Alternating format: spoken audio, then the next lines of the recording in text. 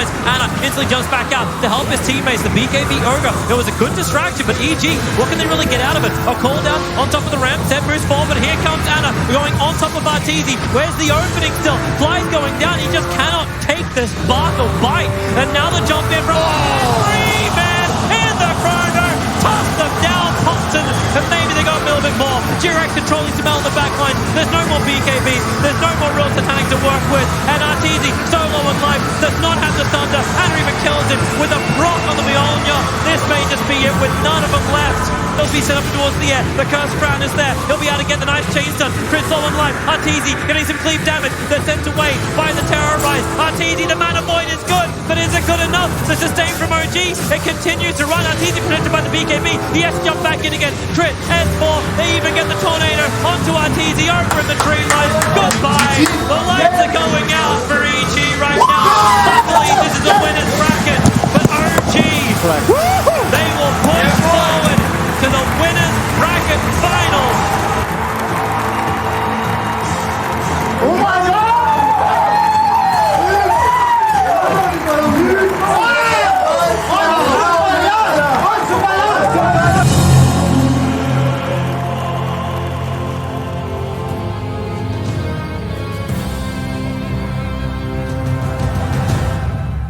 Why would you ever want to go outside when we have matches like that at the International? And it's just day number 3's worth of recap. We've still got 3 more whole days to come.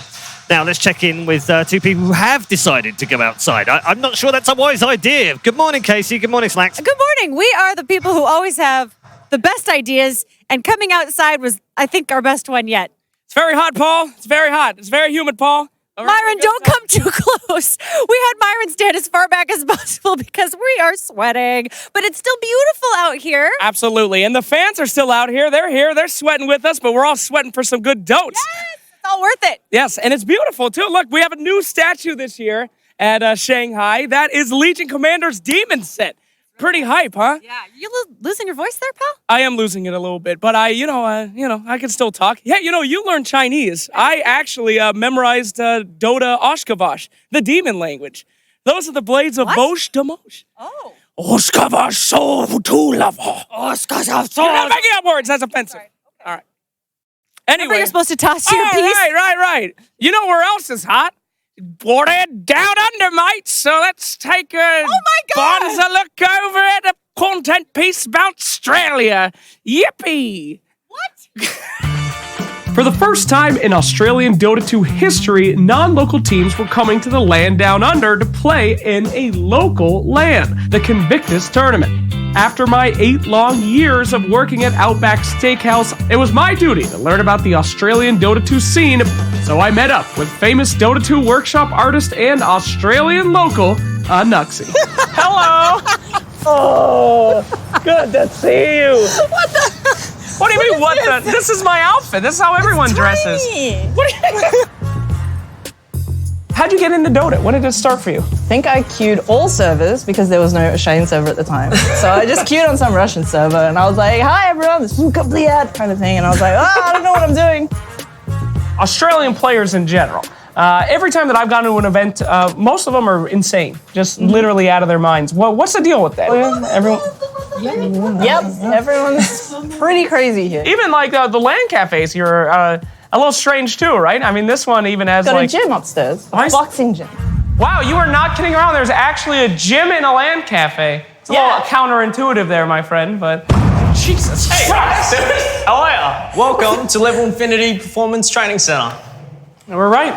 Andy, why is there a gym in a LAN cafe? Yeah, because we have teams boot camping here and we like to provide a facility where they can not just train their skill sets, but also their body as well. Okay, great. Yeah. So, exercise and video games. I missed one of those. How's that feel? That feels so good, boss. Ranger Protector! Is this what it feels like to be a man?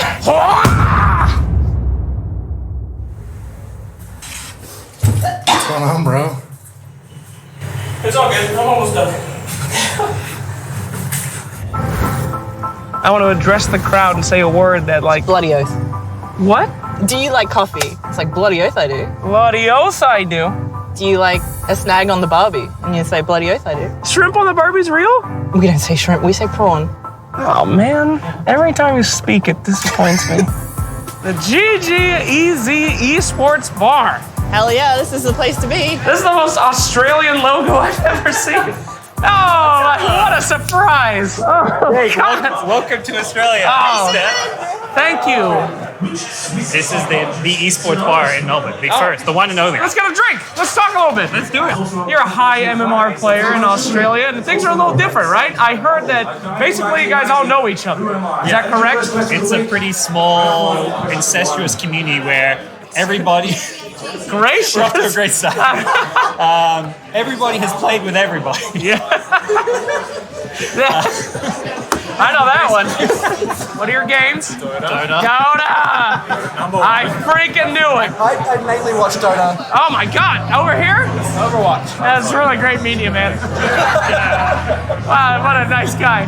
So we're talking about the Australian Dota scene. Yeah. What do you guys think about it? Well, to be honest, it was really small, but it's growing recently a lot, definitely. Oh, well, this is good. This is a lot more positive than Parker's. Yeah. Jesus. Have you ever played against gods before? I have not. My MMR's like 3. Wow. 3. Have you played against a Nuxie then? Oh, thank you. Come here, God. The time for Convictus had finally come. Australia's first LAN with international teams on Australian soil. Overall, she was a smash success. If there's anyone out there brave enough to do a shoey from my rotten shoe. Smells alright. That's not good, Pete. He'll do the shoey from the rotten shoe. Shit, let's go. Oh my God, no! Oh no. Oh my gosh, look! After the pro Dota and learning about the Australian Dota 2 scene, I felt like I had finally, truly become an Australian. You know, all jokes aside, Australia is absolutely amazing. Have you ever been? No, I've always wanted to go, but everybody seemed really nice in your piece. They are so cool. It was a life dream of mine. I worked at Outback Steakhouse for 8 years. Okay, that has nothing to do with Australia. It actually does. Because I learned a lot about their culture, and it was exactly as I learned in that day. So thank you, Australia, for having us. And I gotta say, at every event, there's always some Australian fans that come up. There's like one, and they always come up, and they're having a great time. That's great, Jake. Thank you. That is great. Are you okay? It's so hot. Everybody here looks so beautiful and put together, and I am just... Guys, go and find a refrigerator or something. Before Casey passes out. Crying out loud. Jake, what are you doing? Rescue her! Save her, Jake! She's dead! No, she's not. She's dead! Pay me twice as much next year! I love you! He's unbelievable, he really is. That looked like a lot of fun. I mean, I'm like you, right? I have South Africa is my chosen kind of adopted country. I know that, you know, Australia is your country, but you've spent time out of it as well. They're similar scenes. They're geographically challenged. They've had some internet issues. They've had some server issues in the past. But those scenes have a lot of really emotionally invested people in the game. Yeah, everyone's super passionate there. Everyone's always going out to support the few players who are competing here, whether it's Anna, KP, and it's great to see events there. You know, the Convictus tournament was a huge success, and getting Slacks out there, it was great to show him around a bit. So, yeah, a lot of fun. Yeah. Did he blend in with the locals? Did he? No, he stood out. Right. Yeah. That doesn't surprise me in the slightest. You guys, have you tasted Australia? Have you been there? No, never been there. No? Great country. Nope, never been there. Looks amazing. Hope to get out there one day. Yeah, it's an absolutely great place to go, except for the spiders. I want to have one thing that Australia has: LAN cafes with boxing bags. Yes, to get it out after you lose a couple of games in a row. You need to get that stuff out. Some people re-queue you just go sock it, and then you're good to go. No, I like re-queue like 7-8 times in a row. Boxing bags instead of monitors, you know. Compromise. Saves money. Saves money, Grant. We should talk All-Stars right now. Hope you've done your fantasy stuff. Have you guys done? Yes. Have you picked your fantasy team? I have. All-Stars right now. Lock in your selection today, obviously. Ramses, maybe? Mickey? Samael?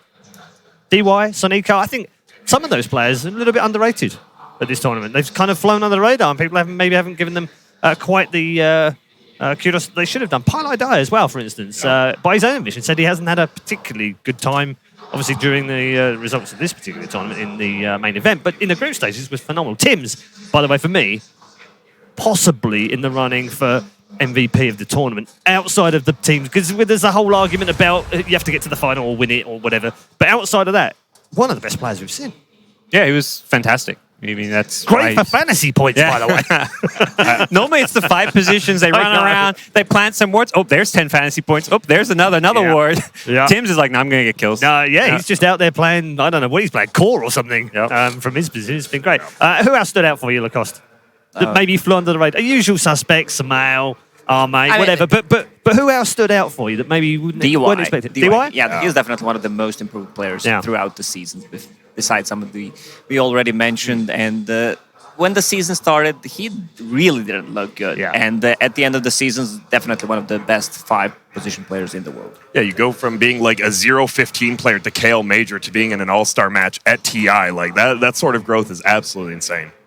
And it's not just that, it's the way that he was playing early in the season. It was hard for us to kind of go, why did you pick him up? I don't want to be rude, but it was that question. You were kind of like, what did you see in this kid that made you think he could play at this level? Because he looked really out of place, didn't he? Yeah. But they must have seen something. So whoever picked him up is a genius. Like, please, come and find some more players. Yeah, they really are. I mean, you have to grow them, right? That's the whole thing with OG. You got to grow the players up. I'm from NA. I know all about like roster shuffling and whatnot. So it's nice to see, this guy didn't perform, but we're not just gonna boot him out. Roster shuffling in NA. Yeah. How absurd! What are you talking about, man? Let's check in with the bracket. Bring you right up to date with where we are halfway through our main event. Just 8 teams remain in the chase for the Aegis of Champions. And if you look at that upper bracket right now, you'll notice there's some similarity from last year. That's right. PSG LGD against OG is our upper bracket for the 2nd consecutive year. That's never happened before. It's never also happened that we've had the same 2 teams reach the grand final. That's also a possibility because, of course, the loser will drop down to the lower bracket where we saw those phenomenal games yesterday. RNG going through. They'll play Liquid, playing Liquid. The winner of that will play EG, who, of course, dropped down from yesterday. And Infamous, the surprise, perhaps, of going all the way through. I'm going to call them lower bracket wonders, Liquid and Infamous, because they were in round 1. Yep. Wonders. Round wonders. Round wonders. Wonders, yeah. Round wonders. See, that's what we're going with. Round wonders. Got it, Paul. Master of puns. Genius. It'll catch up with you. Yeah, you'll get there. Yeah. But, I mean, genuinely, that's amazing. We've never had that before at TI, Grant. Yeah, no one's ever gone from round 1 all the way to the grand final. 3 of them as well. RNG too, actually. Absolutely. It's super crazy. Like the upsets, right? You think, they got through a best of 1. Congratulations, you cheat someone through. Top but 12. Yeah, exactly. Now you win best of 3s, and people are like, holy smokes, they are the real deal. Yeah, and 3 of them in there, Lacoste. So chances are good that we might get one of them maybe make the final. Or are you not convinced? Well, considering how good OG and LGD are playing, it's not likely going to happen, but I would not be surprised if it actually happens in the end. All right. EG yesterday, Gods. A lot of people said, they were a bit lucky in the groups. Had to come back from being the bottom of the group team after 2 days. Not really looking in form. All of that got washed away, surely, yesterday. We're now back on the EG can finish 3rd again. Train. EG definitely have a bit of a block when it comes to OG. They do. OG is totally in their heads, but as far as TI goes... But game 1 they weren't, though. Game 1 it looked like they were maybe turning the tables a little bit. But the second they lose game 2, it's like, oh God, EG, they need the 2-0. OG's got this now. But you expect EG to go far still, like top 3. They're a very stable, consistent team, and they're the team who's had the most success at TI. If you look at the lifetime stats and results at TI, they're consistently finishing in the top 4, top 6, always there, always getting out of group stages. EG is, to me, the model of consistency at TI. I think OG is the perfect example of what Dota is about, finding new friendships and having fun. And winning. Everyone likes winning. Yeah. I think that helps team chemistry. Winning a lot, definitely does. Talking of that, Vici, boys, what did you make of them? Because they've been hot, not all season, but all year long this year. 2000, they've probably been the team of the year in 2019. Yeah, for me, at the first Star Ladder minor, a lot of people are going in like, how'd this team even make it here? They ended up winning the minor, then winning the major. They look just superb, and they come into here. They only lose to PSG LGD right in the group stage. They were the only team who took a game off OG that I feel like OG was actually trying at, which was super impressive. And I think we might see them, be in that losers bracket final Do possibly. you think, Lacoste, that was yesterday was a little bit of the whole intra-Chinese meta that we they see know between two teams? They know each other way better, and LGD didn't have the consistency throughout the season, and the VG Gaming looked way better at the end, but I still feel that the VG Gaming can bounce back. Yeah, good quality team gods, aren't they? Yeah. Plenty of great players in there. Oh, and they've got the confidence boost of the fact they've won 2 of the last 3 Dota majors, so, they're, as far as performing on stage, VG Gaming's done it before. Yeah, they'll definitely bounce back from that one. We should take a look at the schedule and show you what's coming up today. We've moved on from our 4 best of 3s yesterday, of course. That was the last day of the 4 best of 3s. Today we'll have 3 of them, as we will for the next couple of days, of course. We'll start off with Royal Never Give Up versus Liquid in the lower bracket, and we'll also have the most successful South American team. I'm never going to get tired of saying that. Infamous, who are already guaranteed themselves a top 8 spot, find themselves in the lower bracket round 3 against Team Secret. That's our middle game of the day. And then the winner of RNG versus Liquid on the first match will then play Evil Geniuses in our final game of the day. There'll also be a lower bracket match, of course, from round number 4. So there we go. That's main event day number 4. What are you looking forward to most? That's a tough day for either RNG or Liquid. You gotta win that game, and then you have to play against EG. We've been having these 4 series days. That's just 3. You do not have much of a turnaround to You need to think about your opponent then, but if you win, you also have to be thinking about that. Also, Lacoste, we have the All Stars game at the end of the day as well. Which team do I prefer? Yeah. The Sumail team. The Sumail team. The Radiant one. I'm going to go with Radiant. Okay. Yeah, and I'm looking forward to see the the Secret against Infamous. Yesterday we were hanging out in the room watching the OG against EG game, and Sanvi comes in. Dude, we were afraid we might get Hector. This dude is insanely good. His farming patterns. That's what everyone is talking about, and you can see Secret's coach actually being afraid of them. Yeah, no, absolutely. We'll get onto that match. Obviously, we're going to preview that one very shortly. Of the 8 teams left, Grant. Being afraid of them. Yeah, no, absolutely. We'll get onto that match. Obviously, we're going to preview that one very shortly. I'd probably of the go 8 with teams OG. left, Grant. They just look insanely Who well. do you have the most curse is broken right now? I think the curse might be Someone's broken finally this gonna year. win a second I'd tier. probably go with It definitely OG. feels like Just they just look insanely well. You think the curse is we say broken? it every I single think the time. curse Just might be someone's broken finally this year. going to win a Doesn't second matter. tier. It definitely feels like just look at how they play. Did they Just look a little fun. bit It doesn't nervous matter. after the Lose, game, win. do I you mean, think, we say it. yesterday? It was a little quieter in the booth, wasn't it? It was a little bit, but when they came out, right, they showed Sumail clapping after the win, and then they go over to No Tail, and he's doing it even louder, like, I got to do it better than Sumail, and it paid off. Yeah.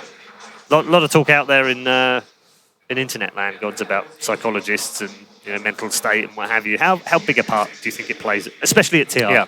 It's a big part. I think there's a lot of different approaches to it. You've got the OG, we're all having fun, love each other, loving Dota, just picking whatever we want to play. But then you've got the psychology of a team like LGD. These guys are out for revenge. They're focused. They're playing their best Dota.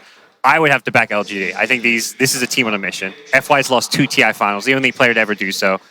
He doesn't want to be in another true sight where there's a camera shot of him losing again. I don't think he wants to be joining an elite club of players that have lost 3 grand finals at TI. By himself again. Sure. Yeah, that would be awful. I'd feel really bad for him.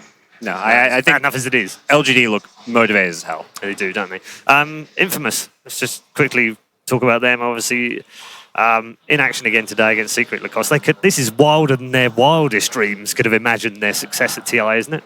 They're still an underdog in this matchup, even though Secret kind of looked shaky yesterday against Mineski. I thought that this game will not be that close, and Infamous, they can take it. I'm actually going to give it 50-50. Really? Even though I think they're underdogs still, because Team Secret, if they find their game, it might be a stomp, but Infamous still looking like a really good team. Isn't it crazy to all of you that if I'd suggested to you back in January that Infamous would be 50-50 ahead with Secret in the lower bracket of TI, you'd all just go, you're bonkers. You've lost your mind. I would have called the hospital, bring an ambulance over. Paul has finally lost it after all these years. You have to. And going with Infamous, Chris Luck Slark, I thought, was the best performance of all of TI. Individual performance. It was insane how he was making them 5v1 rotating. Obviously, you talked about it. Hector's he's just farming, but Chris Luck, he's the one who made it happen. I couldn't believe how well, a young kid like that plays on the main stage. They're just playing 4 protect 1 until Hector gets farmed and he gets 3,000-4,000 net worth ahead of the enemy carry, and this is their timing. They get to the Roche and just try to close the game from there. And we've talked a lot about Hector, obviously, with the Wraith King in particular, and some standout. I think he's had 3 top 6 all-time performances at TI on the Wraith King, which Alan was raving about yesterday. So we know that he's good, right? He's legit. Samao says he's a beast, and if Samao says he's a beast, I'm all on board. I'm fully on the Hector train as it is now. Yeah. Secret have got to be careful today. Oh yeah, they need to come prepared, and I don't think it's just for Hector. I'm more of a support player. Yeah. I make sure the carries can hit creeps. Anyone can hit creeps. That's the easy job. I'm impressed by Schofield and Chris Luck as well. I think those are the 2 guys who have really made the way Hector plays work. Obviously, Hector is the best at what he does as far as farming and efficiency goes. Enabled him, haven't they? Those 2 guys are absolutely destroying the early game. Yeah, I mean, I was just going to say, going into it, I think Earthspirit was like 2-5 before yesterday, and Schofield, they just pick it for him. He does these miraculous saves on like his cores every single time, and I'm just like, dude, how are they playing this way? Are they going to be the ultimate giant killers, though? That's it's an uphill battle for sure. Yeah, absolutely. But we talk about mentality because we talked about the OG thing. Talk about their mentality. They're in a like, we don't care anymore. Yeah. We're rich. We've got all this money. We finished top 8. No, they've got nothing to prove now. Yeah. So they can just go in and relax and chill. I mean, it's still TI main stage. I don't know about relax. Relax is a big word. Do you still feel like there will be pressure? A little bit. Yeah. There's obviously they've already surpassed expectation. So not pressure to do better because of your fans, but pressure because, hey, yeah, we won a crazy amount of money, but we could win a crazy amount more. And they know they can beat Secret. I think that's where there is pressure because, hey, Secret's beatable. Mineski showed that. Can we do it now? Right. Yeah, they are. There is a sense I get from the South American fans, certainly in my Twitter timeline, that the Secret are there for the taking now. And that's, you agree? Yeah, I definitely agree. They definitely have a pretty big following on social media. So if they win, get ready. You are going to see the likes, retweets explode on pretty much anything. Yep, exactly. Plenty of those, that's for sure. Talking of noises, that's the video to start the day.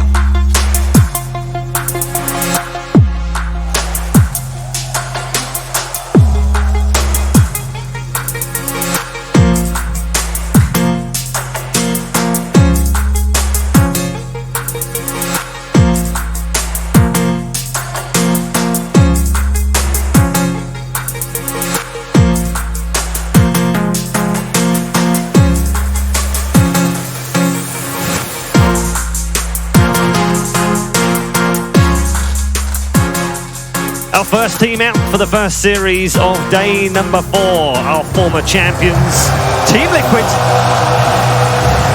to a rapturous round of applause from our early day crowd, led by a man who's played in 2 TI finals himself and has touched the ages with his team. 3 of his teammates right now, also one-time winners of the International. The other one has also played in the Grand Final as well. So they have plenty of experience on the side of Team Liquid. They'll take their places and get ready to receive their opponents. The surprise of the tournament, it's Infamous.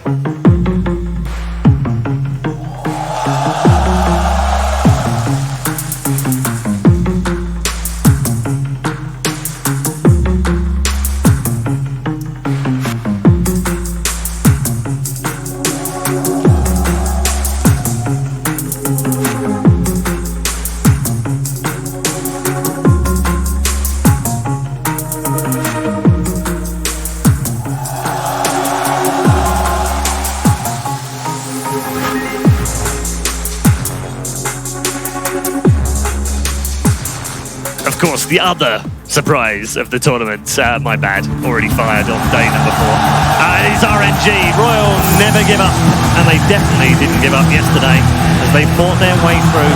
Again, many surprises in this lower bracket, and this team have already produced a shot. Can they produce yet another one against yet another set of world-class players? We're going to find out as we head into this best of 3 very shortly. We'll let RNG get themselves settled in the booth. But before we get there, we'll check in with Dove, who was speaking to RNG pre-tournament. 那今年 RNG 其实还挺坎坷的，从前期不太顺到后面换人，然后又打了个 major， 你们感觉怎么样？感觉就和你说的话一样吧，非常的坎坷，一路就是从3月到6还是到5月吧，连续3个月换人吧。对我来说，感觉看到一批又一批的队友就是离开，我也算是比较难过的。然后现在又进了 TI， 怎么说，非常的激动，非常开心，又成为 TI。大哥，因为我是后来的嘛，就是我来了以后感觉到就是还是比较辛苦的。就是我们内部的说法就是 RNG 永不放假，不是我们的口号是 RNG 永不放弃嘛，然后我们的内部是 RNG 永不放假，因为我们是属于经常是 Mana 出现，然后 Mana 出现，然后如果你没打进 Major， 你马上要去准备下一个 Major 的预选。那你们口头禅嘛，有没有几个队友的？我们的新口号好像是 RNG Team。我没有问口号。不是，你刚才不是问口号吗？口头禅。哦，口头禅。就比如哪个队友经常说哪句话？傻德给我的印象比较深的就是，教练问傻德选什么的时候，傻德就一下，然后就定住了，然后就没有然后了。那打进 TI 预选之后有放假吗？好像就放了3-4天吧，很少，3期非常的少。反正总共下来这一年，可能加起来没超过1个月的假期。那国土其实也是有家室的嘛，你自己。对啊，就是因为来了 RNG 以后，就是背负着一点东西嘛，然后想证明一下自己，就还是比较拼的。那 TI 预选打架了，觉得证明了自己吗？那肯定不算呀，那肯定在 TI 上要拿到好成绩才算。那回顾整个赛季，你们对自己成绩还算满意吗？哎，肯定不满意啊！就是，很伤心的是，我们每一个比赛基本上都是1轮游嘛，就是很难过。你们觉得应得的成绩是什么？可能不如1轮游吧。这太低了，国土。心理预期啊，心理预期，队伍的心理预期可能就是包括我们，管理层跟我们聊的是心理预期应该是在前6吧。我个人的心理预期肯定是我要往高调一点，对吧？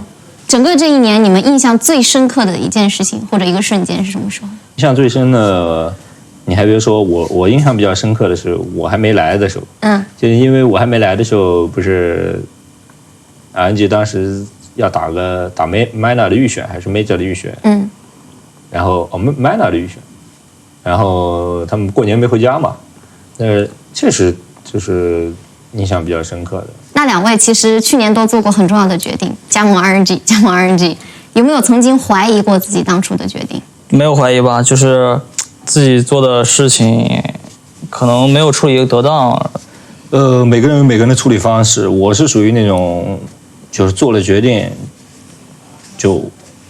因为你没办法去改变周围的环境，你只能改变自己，你只能加强自己。今年 TI 毕竟是在上海嘛，算是本土作战了，你们会有什么不一样的期待吗？期待我的朋友们啊、粉丝们啊，来为我加油吧。莫奈特 team。期待自己能在需要改变、需要进步的方向去进步吧。那最后还是。有没有兴趣捧一下我们这个盾？不敢摸。不敢摸。比较信邪。会想起伤心的往事吗？没摸过，是吧？想不起来，记忆力比较差。主要是我往年都很信邪，我没摸，我今年我要摸一摸。今年慢一点啊！我不把它捧起来，我就摸一下。摸一下。对，我他都摸了。后面什么样？后面是往年 TI 所有的夺冠队伍和选手。都是在后面刻着。对，要不你也摸一下？那刚刚盾也摸了，鞋也信了，你们觉得对自己有信心吗？夺冠或者哪些队伍会是比较强大的对手？觉得秘密可能是夺冠热门吧。那你觉得 RNG 真的就直接跳过了吗？心里是没有跳过的，但是不能说出来，偷偷的。对你这自己不能奶自己，对吧？这个这是大家都知道的，那个就秘密危机老干爹吧。好，干净利落。谢谢2位，谢谢。谢谢。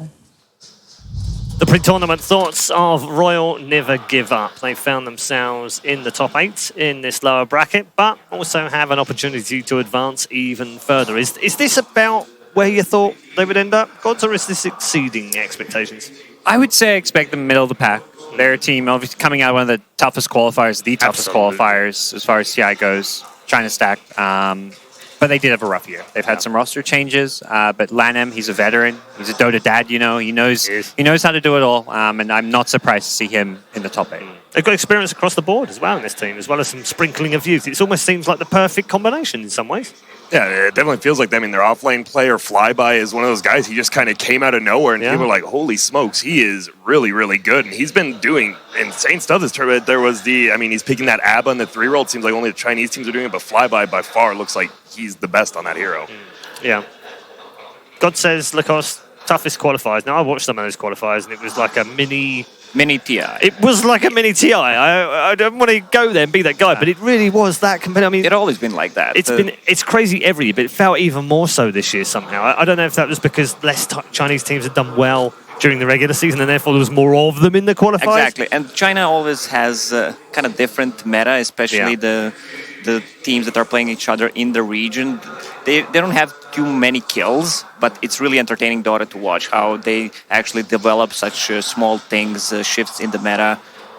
Yeah, I think one of the struggles they've had, though, Gods, is it doesn't always transfer out of China against other Western teams in particular. It seems to be a bit, they're kind of like, why aren't they playing the same way, for crying out loud? I mean, historically, there's been a few top Western teams that would just come to China and win all the tournaments. 2013 it was Alliance. They'd just come in and clean house. Navi, the same thing. And then, Peter, leave China to me. He and EG, they were the China Slayers for a while, but that seems to be no longer the case. LGD and Vici have been very dominant this past year and a half. Would you say that they're more westernized? Those teams? Yeah, those two in particular. Change their style of play to match whatever it is that they need to have in order to be competitive internationally. Certainly. I think they're also two teams with very unique, defined play styles themselves. Like, they're not, I wouldn't say LGD and Vici play similar in any way at all. And I think that's part of it, is that they're not just playing the way their scene plays. They've formed this own unique identity. Where do RNG fit into that? Are they much more atypical for a Chinese team? I don't think so. I think they have kind of got that formula of, you've got a couple veterans playing that 4-5 position. You've got the new young bloods in the mid, the carry role. They are kind of sticking more to at least the meta picks of their region. As much as Abaddon in the offlane is kind of this unique hero, it's still one that's come out of their region. Yeah. Definitely China-centric. We were talking a lot about the coaches, but we never mentioned Super as a coach. He played for DK. He played with Mummy, Burning, ROTK, Die, Weapon X, whatever his name was back then. The dude invented the Storm Spirit. He was known as the best Storm Spirit. He played Lion back in the days. And Super, I mean, he also had some amazing performances in his career. Yeah, absolutely. He reminds me, we've got a few of those kind of guys in Europe as well, and in North America. They're the Dota brain guys. They seem quite smart about the game. They've got a bigger thought about it. Is that fair for him? You think he brings that to the team? Maybe he can't click buttons anymore that fast, but he like has the still big got it up brains. there. Arthritis coming through, can't really click. Yeah, I was a little surprised to see him as a coach though, because he was a mid player. So normally those exactly, you're right. They go down, don't they? They're 4-5s and more. They can sort of sit back and watch the rest of the game, and they're the ones that transpose over to being really good coaches. That's unusual. Yeah, but his mid style of play wasn't like the flashy, Sumail or Somnus style of mid. He was always the more stable, consistent, doesn't lose his lane. Pick the Dragonite. Yes, he was the DK player. He's the guy who'd go mid and get mech every game, like Fata, and he was more a Dota brain. Yeah. I mean, I also found it fascinating because I think of those Dota brains, nearly all of them started off as core players, really. Yeah. Syndrome played. He played core originally and then sort of slipped down to 5. Slowly get demoted, and he came to an analyst panel, and now he's on the draft panel. I mean, he's just he's falling down all the way. Soon he's going to be an observer. We'll see. I'm teasing him because he's actually on the draft panel right now. I don't know whether we could just say hi to them this morning. Can we say hi to the draft panel quickly? Good morning, gents. Morning. Sorry, Syndrome. I love you, buddy. How you doing? You all good? I'm getting the Syndrome wink. That's a wink? Well, the eyebrow That's treatment. the people's eyebrow. The pupil's eyebrow. How you doing, Febby? Doing good. Yeah? Looking forward to game 1? Yeah. We're about to see some good games. Yeah? Yeah? Excited? Yeah, we're definitely excited. Do you feel like RNG are a little bit like MVP, maybe, when you had that good run? They're kind of surprising people? I was actually surprised because I've heard RNG was going to do really well in the tournament. But then, they found themselves, not looking so hot. So, yeah. Yeah. All right, good stuff. Well, we're going to come back to you very shortly when we get into the first game for the draft. Gents, let's talk about their opponents because we haven't really talked about RNG a lot because I think they're they just haven't been anywhere in the regular season. So people that tune in now just going, I don't even know where did this team come from? Did they form just before TI? No, they've been around for a little while. Very old, by the way, very old Chinese team across all sorts of different esports as well. Team Liquid, Grant. In some ways, I think they were expected to be here. Yeah. You know, they haven't had the best of seasons this season, and it has been a bit fractured. They had a little bit of a honeymoon stage when they got Weeha, but that seems to have gone out of the way. Now, they're genuinely struggling, aren't they? Yeah, it feels like. I mean, you have one of the best players, if not the best player in the world in Miracle, and then also we heard Krogi talk, I want a pure mid player, which Weeha is, and then we saw in some of their last series, they're still picking him Necro, which in the back of my mind, I'm like, that's interesting. Why didn't you just keep the true Necro player? Yeah, it's very strange. But Weeha, he's one of those guys, like, if you somehow get a last pick TA or something, he will just run over a game. And I think that's what they really wanted out of a player like him. He's a mid player, but I still don't look at him as like those pure mids who play all the standard meta heroes. He plays a lot of those kind of more cheesy out there picks. And Liquid with Weeha has looked different to Liquid Matu, but I wouldn't say it's been clearly better. All right, very quickly, 10 seconds on the spot. Where are you going? Liquid, RNG. Very quick. RNG. Liquid. All right, it's a little bit biased here, but we're ready, ladies and gentlemen, to get into game number 1. Royal Never Give Up versus Team Liquid. Game 1. Let's start the day off strong. It's Team Liquid versus RNG, and I'm joined by Syndrin and Febby. Febby, yes. Pleasure to have you guys here. We are moving forward, and it's going to be Team Liquid. Now, one of the biggest questions that I have is, has Liquid really figured out what they're good at? It seems that while they've been moving their way through the lower bracket, they had the BO1 versus Fnatic, and then they move forward in another BO3, and now we're still not really sure if Liquid knows what they're doing. They're starting to go back to Miracle Anti-Mage and stuff like that. Are they still trying to revert to Miracle carrying the game, or has Weeha finally helped them out enough that it's a joint effort? I don't know. I don't think they've set on 4+1 the Miracle Anti-Mage. It was just a very good Anti-Mage game. Game.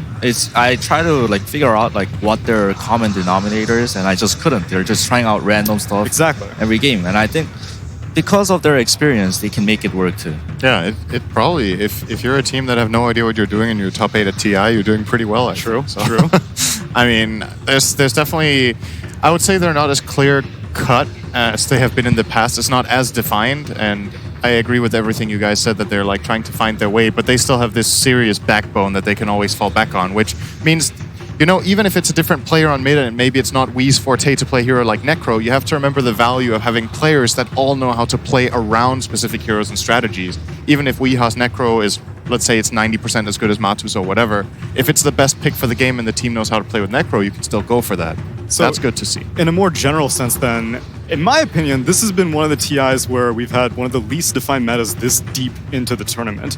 It's been a countless number of games. We've had the entire group stage. We've moved through a great deal of the main event bracket, and there is no clear oh, it's the death ball TI, oh, it's the split push TI or anything like that.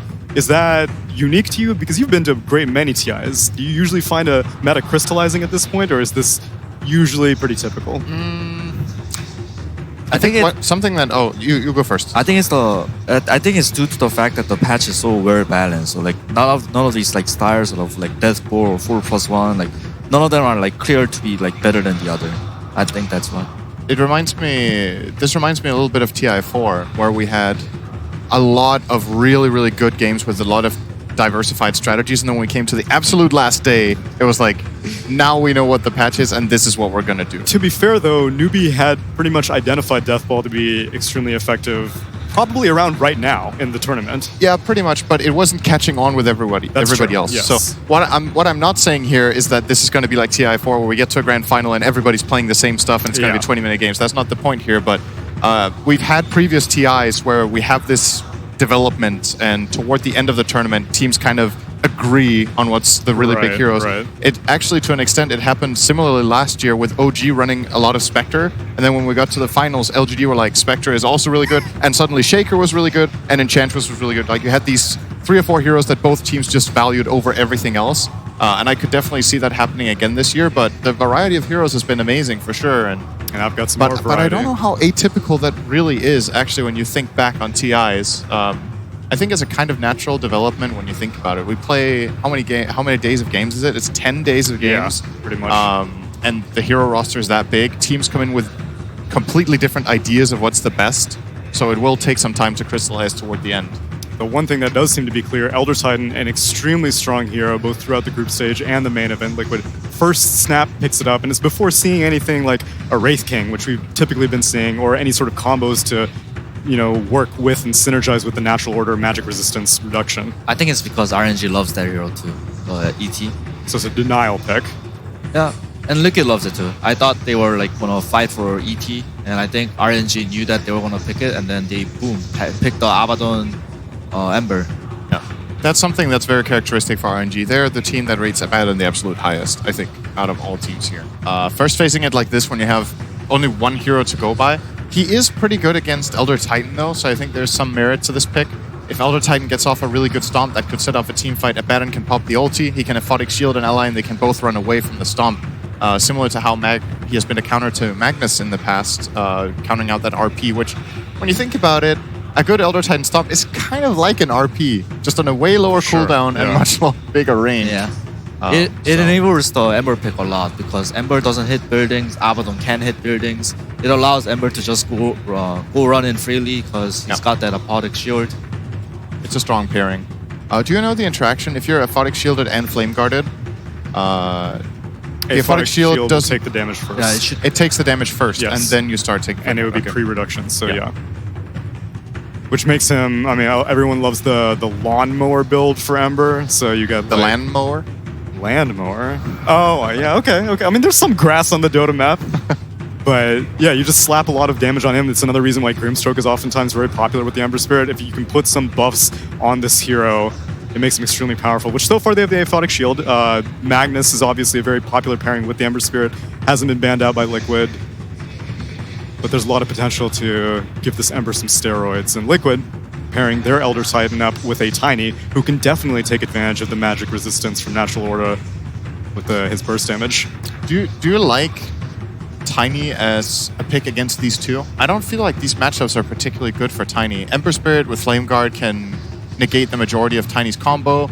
Abaddon can't get one-shot by Tiny's combo either, even if he's a support, which could be the case, but probably a 3 for flyby. There's nothing here that tells me this is a good Tiny game. Other teams in this position might have picked something like OD into both Ember and Abaddon, having these long fights with a lot of insta-steal. That's the opposite type of fight of what Tiny plays. Tiny jumps in and bursts something, and that's what sets up the fight, but I think against this RNG lineup, you want to have consistent damage output, right? There's the OD ban, by the way, so they banned it themselves. Interesting. Yeah. I think with this Axe build, the Tiny, it got a new look. Before, it kind of hit a linear timing, but now with Axe, Daedalus build, it just scares more and more to the late game. Do you think that's good against Ember, though? Same question, basically. I agree with you, though. I think they needed something of a hard catch, especially if they picked Ember so early. And they only have ET, right? So this ET can have a very good game. It's going to be very hard to catch him if Liquid doesn't pick any more stuns. So what do you think is the current likelihood for where this Tiny would land? Because is it possible that they may just like it in a 1v1 Ember versus Tiny mid lane matchup?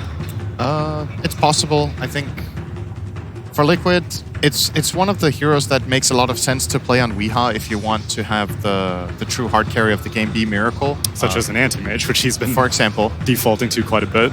We saw a game from OG last night with Thompson playing Tiny and creating tons of space for, I think it was that a Jugger that game for Ana? I don't remember exactly. Yes, that was what it was. But we could see the same kind of recipe be followed here by Liquid. RNG are going to grab the Mirana, so they have two mobile heroes in the Ember and the Mirana playing against this unreliable catch of Elder Titan against these two heroes. Mirana is kind of vulnerable against Tiny though. She gets caught, she can die pretty easily. But so far, mobility seems to be a pretty solid solution for RNG. IO, third pick. Liquid, can you believe it? Wow. Liquid are getting away with it this deep into the draft. This would be a hero that every team would ban against Liquid first phase in the past. Yeah. GH's IO is honestly probably the best in the world, yeah, on support at least. At the time when Liquid was not doing that great this season, one of the things that I attributed it to was the fact that IO wasn't in Captain's mode. So not only did they not have access to it, but you basically got a free ban against Liquid every single game. Absolutely. So right now, RNG is probably thinking, what's a good hero for Gyro? Because it's pretty obvious that Gyro's coming up, especially with the ET. Even more mobility. Stampede. But that means Abaddon is most likely going to be a 5. Yeah, now he looks like a support. And honestly, I don't mind. I think Centaur is really good in this game. Again, more mobility against Elder Titan, trying to avoid the stomps. You have a way of getting in on top of the IO when he has Blink Dagger. Ember, in my opinion, a great hero against IO, so Liquid not really set up too well for that matchup. And Ember is also good against Elder Titan. We talked about him being able to dodge the stumps, but something that's really good against Elder too is being able to get on top of him so you can kill him and take him out of the fight. And having these heroes that just jump in the backline and blow it up can be super useful against both IO and Elder. So I'm really liking the direction RNG is taking this. And the one thing that their lineups may be lacking is a little bit better tower damage or a little bit more team fight. Yeah, this upcoming pick from Liquid is probably going to be the game winner here. So I think they're taking quite a long time to discuss what it is. So you're assuming now would be the time that they find the pairing for the IO and then maybe save your 5th pick for your mid lane? I don't know if I like Gyro here though. Yeah, exactly. So I think they're talking about it. Other options such as Juggernaut or like any other heroes. So you don't like the Gyro, why exactly? I think it can get bursted. Okay. Oh, they still go for it. I think they were debating it and then they are like, sir, they YOLO'd. I think it's okay with the ET. Yeah, so Liquid's lineup has great synergy with itself, right? It definitely makes a lot of sense. Yes, but with what they're facing, my concern for them is can they actually get on top of heroes with Gyro? What Gyro wants is that heroes stand still or move slowly so he can get on top of them with Rocket Barrage, so he can hit a good call down and get all these flat cannon attacks off. But as we've mentioned multiple times now, RNG's lineup is super mobile. So how do you ensure that your Gyro gets the damage off? Maybe he's relatively tanky with the IO support, right? But IO can also just get blown up this game. Yeah, I agree. RNG's heroes, they're not just mobile, but they're also very tanky too. And I think Liquid, IO is a save, but I don't think it's enough. The RNG has a lot of damage too. And now what Liquid needs to decide going into this next phase is if Tiny is a 2 or a 3. I'm pretty sure that this is Kuro playing the Elder Titan and GH Wisp. Yeah. Which would put the Tiny on either Weeha or Mind Control. Mind Control plays a great offlane Tiny, by the way, so it's definitely a possibility.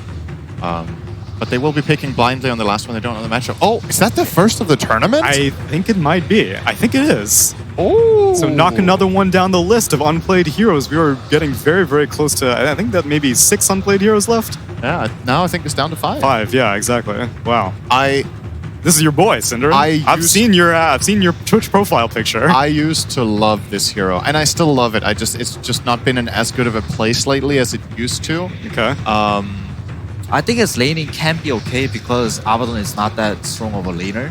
It's just the top lane from RNG. The question, sorry, Feb, the question that I have here is that can Nightstalker push? Because I look at Liquid's lineup and I see that this is a team that kind of struggles to get tower damage in. And Nightstalker, obviously, with the new Dark Ascension, he gets a lot of damage, he gets a lot of mobility. So in terms of map control, Liquid looks amazing right now. But in terms of taking structures, I'm a little bit skeptical. The way Nightstalker pushes is by giving really good vision and diving the enemy team when they're trying to defend. And kill them off and get the first pick, get the start of the fight on your terms, and then if they try to defend, they just end up having extra casualties. So you just have a numbers advantage. Basically, that's the idea. And speaking of numbers advantage, they also have IO. So there's a lot of ways of getting skirmishes going your way. One really strong suit for Nightstalker in this game is that he has an undispellable silence. So when he's on top of heroes with the silence aura from Crippling Fear, a hero like Ember can't get away, he can't even itemize against. Sure, you can buy yourself some time with Yules. Maybe Force Staff can be a possible solution. You force out an instant Remnant. It's a good way of countering out a bad end so he can't save heroes.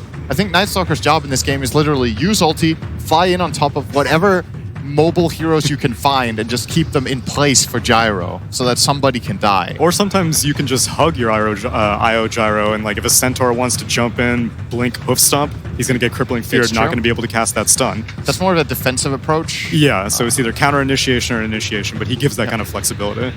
I'm scared for Liquid's team fight because I feel like they don't have great lockdown against the Centaur Stampede. Especially against a hero that has built-in spell immunity. Lifestealer, the last pick for RNG. Yeah, and how they're going to play the map for Liquid is they're going to be split, but they have Moonlight from RNG's side, so it's going to be pretty hard for Liquid.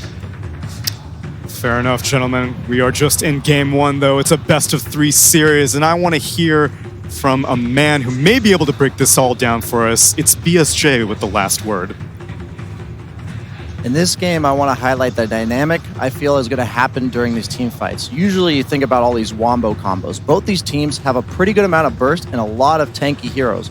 So what that means is they can't just reliably go in and start the fight immediately. They have to poke and prod at each other with the steering chains into arrow combo, using the Centaur ulti to commit, using the Night Stalker and ET Spirit Vision in order to set up for the tiny burst. I think it's going to all come down to who gets the initiation, who gets caught out, and who's able to stop the counter initiation from the IO save as well as the Abaddon save. But here we go, going into game one, OD Pixel and Fogged. Thank you very much, Brian. Yes, RNG up against Team Liquid to start this day off. And with the drafts coming in, we're seeing a bit of flair, a bit of new heroes, right? This Mind Control Night Stalker coming in as the last pick for Liquid. You're sort of pointing at the RNG lineup, though. You seem to like what they've got going on. Explain to me, why does this Night Stalker not just ruin everything? It seems like with this AoE silence, a lot of the heroes on RNG's side are going to have a lot of issues. Yeah, I definitely do think so, that the AoE silence is very good, but that is a really good last pick lifestealer. Looking at the whole lineup of Liquid, they don't really have anything to deal with this hero. They've got high burst damage, they have the crippling fear, which is one thing that can be a bit annoying for that lifestealer. Well, that's the look at thing, his right? matchups. He's got some very good ones coming into play in the lane as well as in that mid game. All right, well, let's see if RNG are able to make those early plays, because as soon as the nighttime comes in and Mind Control starts to stalk around the map, if he can get over the trees, if he getting on top of the lifestealer early, it sort of goes both ways, right? Because he's not going to be able to press range. He's going to be silenced for the good 5, 6, 7, 8 seconds, depending on the level of that fear. I think it all depends on who comes out to a good start in the laning phase. We're going to see how they decide to choose their lanes and put pressure onto Liquid. Already seeing that they want to make sure that Mind Control gets off to a good start. They're sending the gyrocopter bottom. They're looking to pressure Lifestealer. So I like this approach a lot by Liquid. I think this is super important for them in this laning aspect of the game. And we're seeing now more rise of the Tiny. I feel like this, we kind of were seeing it toward the end of the day yesterday, just Tiny seeming, and even the beginning of the day, of course, from Secret. Tiny just seeming to be a top pick now for the mid lane. Just super strong matchups, and you can just create so much havoc in space. And looking at Liquid's draft, they do have a lot of things that work well with it, right? They have the Tiny, the Gyro, and the ET. These three guys synergize really well together because they're all mixed. They're physical and magical all together. Sure, but at the same time, right, it's not going to be easy for Weehart to pop off, because you look at the heroes on RNG side, and there's Aphotic Shields, there's Flame Guards, there's Centaurs with high HP, there's a Lifestealer with Rage. There's a lot of ways for them to counterplay the combos. Yeah, and there's a lot of mobility too, like the panel was mentioning. Tanky heroes and mobility can cause a definite problem for the Tiny, same thing with also that Lifestealer who has the built-in range.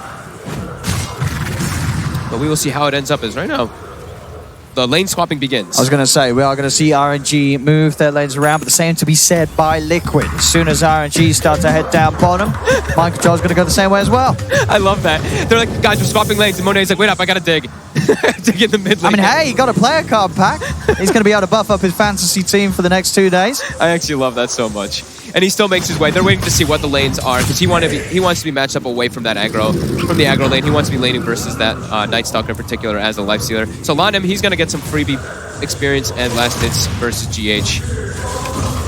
Last time I saw GH as a Crystal Maiden in a 1v1, he killed Cuckoo as a Crystal Maiden versus a Sand King. But he's an IO this time, so Lanem should be able to just secure those last hits freely versus it. And look at this, Miracle's just, look at them just dancing. They're just dancing back and forth in the mid lanes, unable to decide they really which are. they want to have. They're going jungle. Oh, here we go. You know, if you can't find the lane matchup you want, go to the jungle. It's sort of the pub approach. What is going on right I don't like my lane. I don't want that lane. Look, Mind Control too. He's just like, all right, I'll jungle as well. All right, this is the new strat, ladies and gentlemen. Miracle's is dancing back and forth, still in the mid lane. See, when my teammates were doing this, I thought they were game ruining. Little did I know they were pulling out TI strats before the meta. They were ahead of the time. They were. They're I mean,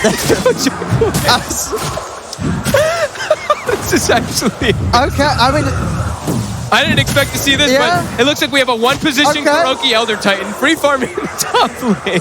Wow, this is remarkable. Well, that's going to change some timings and peakness for some heroes, as some heroes are just not going to be pressured now, and others were going to have more experience than you would have imagined. I mean, it's a level 3 Elder Titan on Kuroki already in this game. Now we're seeing the lanes are starting to get matched. They're going to have the Monet up versus that ET as well as Night Stalker. But, I mean, the thing is that KuroKy's got level 3 already. A level 2 Asper at this point in the game. Look at Apu. He's punched. He's just dead. Whoa. Deny, though. He does indeed. Nice miscoil from Apu. Will take that opportunity away from Kuro, but even so, you saw the power of that ET. Giving ET an early level 3 like this and he gets boots, he can run down anybody in the game with absolute ease. You're going to have plus 100 damage if you get just 2 heroes caught by that spirit.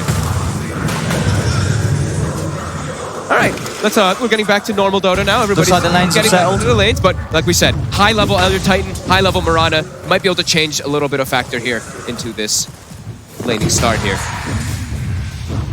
What about this, the bottom lane? We can see Miracle and GH, this Gyro, they should be fairly safe, or do you think there's definitely a chance that RNG could get on top of GH in this lane? If you get caught by an arrow, you're probably dead.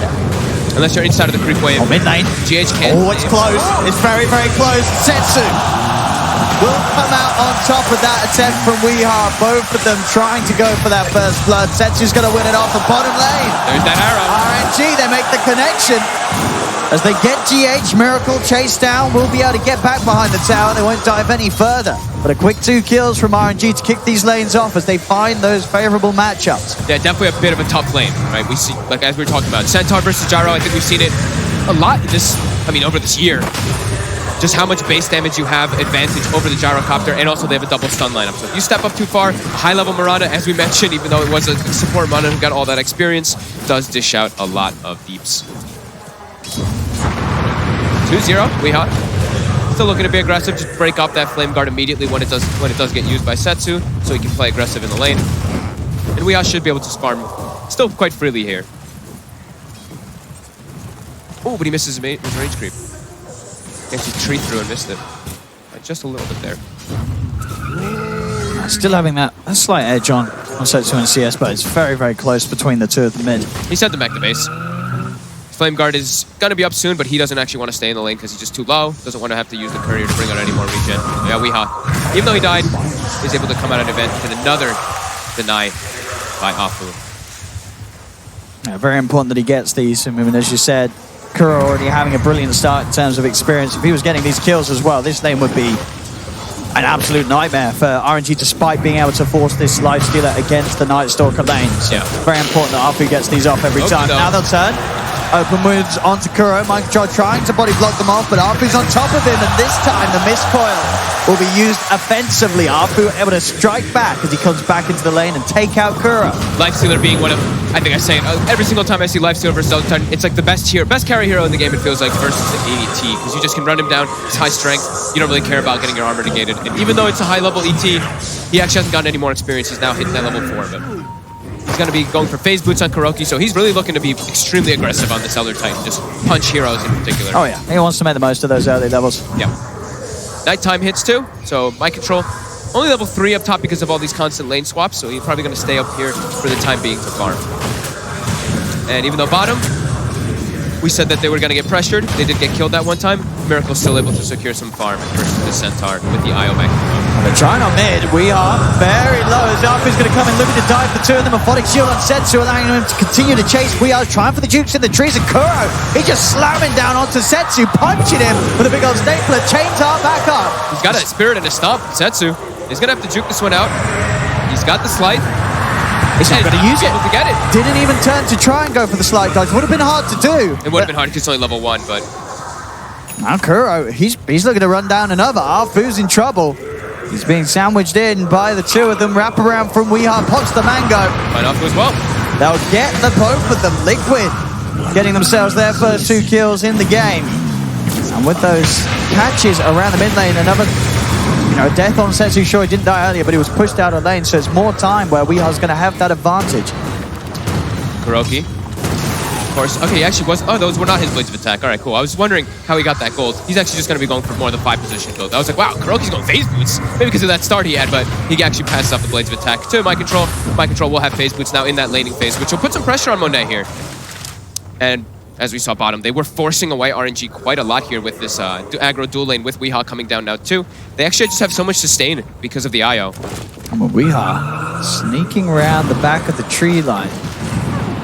wants to get this wraparound on Lanham. They've got the 3 of them here, Liquid. Lanham actually ends up juking past, and they'll look towards Flyby. It's a bit of a tankier hero to go for, but tossing him back into the rocket barrage will start to bring him low. Pop the stick charges, missiles on the way over. We are slapping him down with the tree. And he has an arcane rune. They'll get the kill. Flyby's gone. A successful rotation from Weeha.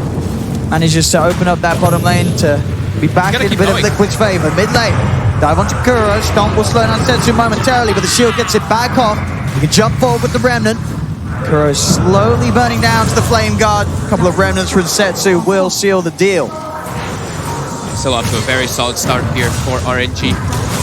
With these moves, I mean, Alpha, right? He's just moving around the map, even though he's in Abaddon. Abaddon, as their like eye position, is able to make moves around the map like this and even deny yourself a couple of times. Very impactful. And we see swaps more from Liquid. They want to... Looks like they want to actually have a better matchup here in that mid. As Weeha just continues to roam around and try to set up for kills. Come on in. Lanham trying to turn a bit, give a bit of damage back the way of Weeha. Uh-oh. Setsu. Got too over-aggressive. Whoa. He's dead. Now Apu. He's straight up dead. Liquid just turned around to Setsu. I mean, I don't know what he was trying for there. Walking right into the face of the gyro.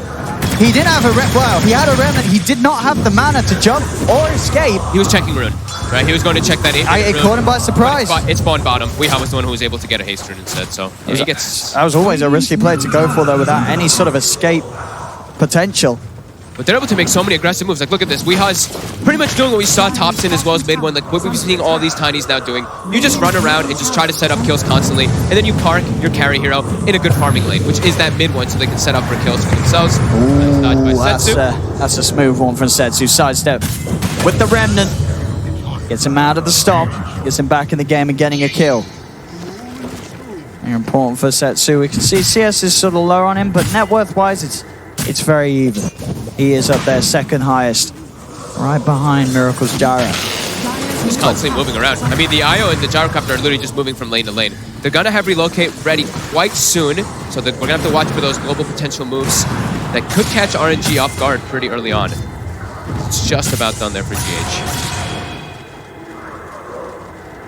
Great ways to set up for it too, in particular with that Tiny running around making space, but also My Control. He's able to get on top of targets with that Crippling Fear. We know how long that silence is at night. You can easily set up for rotations.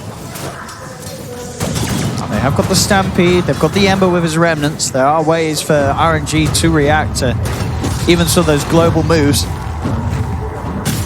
are not necessarily the easiest for Liquid to pull off unless they can get themselves on top of the sensor, perhaps. Get that silence on and make sure there's no Stampede save for the rest of the team. Moonlight Shadow used from RNG.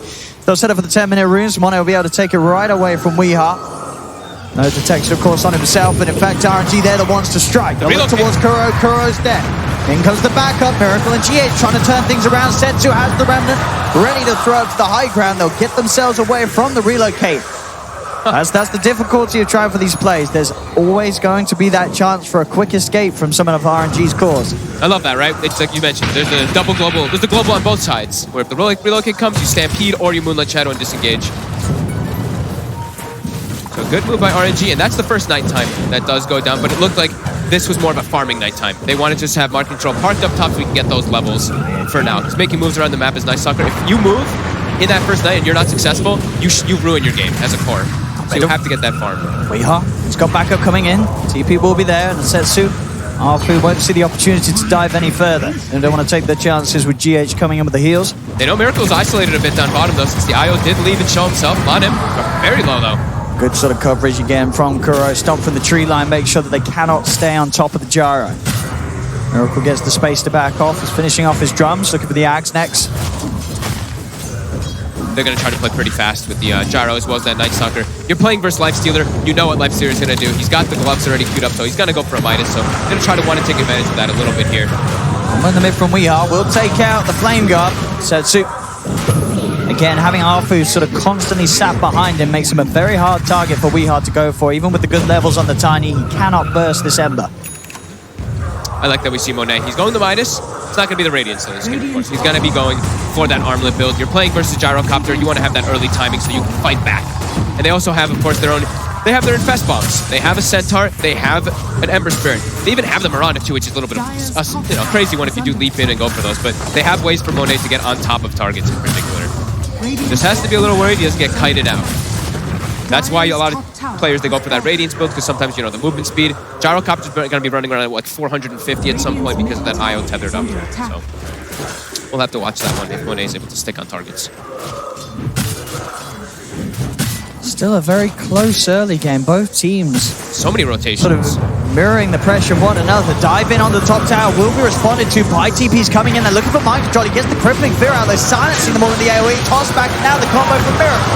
He'll look forward to Monet, but Monet's rage is up. He'll turn, knock down onto mind control. They're bringing him low with the mist coil, but not quite enough damage to bring down the Night Stalker, as Liquid will stay all alive.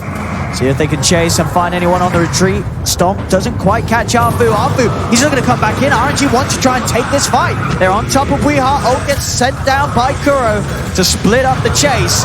Another shield from Arfu buys him some time, but again, another deny from Arfu. Every single time taking away that chance for Liquid to get a bit of golden XP, as he's hitting these mist coils perfectly. Kuro is just pretty much, that looked like it was more so of a zoning or splitter, and then they just caught Alpha with it, but set the knife again. Both teams just matching the aggression. In terms of what the bigger items that are going to be important to look out for, Weeha's Blink halfway away for it. As you said earlier, definitely the Life Stealer's Armlet. Monet, he'll be looking to grab that one before they try and force anything else. Okay, so it is going to be Armlet into the Radiance, because the movement speed thing in particular, he does have to make sure that he can. We saw was it? I've seen a couple people doing. We'll go Armlet, yeah, then you go Radiance. Midas, Armlet, then you still go back for that Radiance, because you're going to have trouble sticking on targets. Sure. I guess they're sort of the best of both worlds, right? Yep. You're able to fight, you're able to turn up and be this very scary hero very early on, but you're going to still go for that scaling potential. Yeah, and it gives you just flat armor, right? You have your phase boots for flat armor, you have a Helm of Iron Will for flat armor, so ET's aura in the later stages will be able to get prevented a little bit. Good fighting items. Another push onto the tower. Weeha having Kuro by his side. Miracle and GH over to the triangle area. Continue to hit those timings. Miracle, he is top net worth, and he's on track for a very good timing on picking up the Aghanims at this rate. He's already got the Blade of Alacrity done. Bit of time. Mid lane, Weeha trying for a catch. Monet using the rage to make sure that he cannot be tossed back. They'll turn towards Flyby instead, but being the Centaur Warrunner, a Rocket Barrage won't be enough. Liquid bringing all 5 heroes. So RNG, they're able to split up the map a little bit there. Setsu's farming top, Lanem farming bottom. Now we have these bounty runes, and it's going to be nighttime. Arrow, GH. And Monet, Lanem, they're getting in on it. Can Lanem get the pickup in time? He's not going to be able to do so. Miracle will grab it now, turns towards Lanem with the homing missile. With the leap up, Lanem's out of way. They won't chase. They'll just sell for the bounty runes, 2 for 2. Back up top, RNG finding a catch on Kuros. He's left behind by Mind Controllers and Weeha as they return to their respective lanes. A 2k lead now for RNG, starting to ramp up a little bit faster and a little bit more evenly spread. You see both Monet and Setsu standing very close to the farm of Miracle, whereas Weeha and Mind Control slipping a little behind.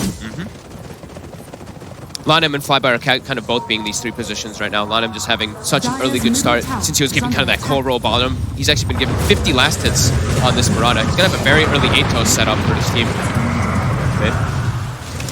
It just seems we're seeing Liquid's lineup trying to chase for a lot of kills with a lot of heroes, but they're just struggling to find the grab. There's so many ways for RNG to get away from them.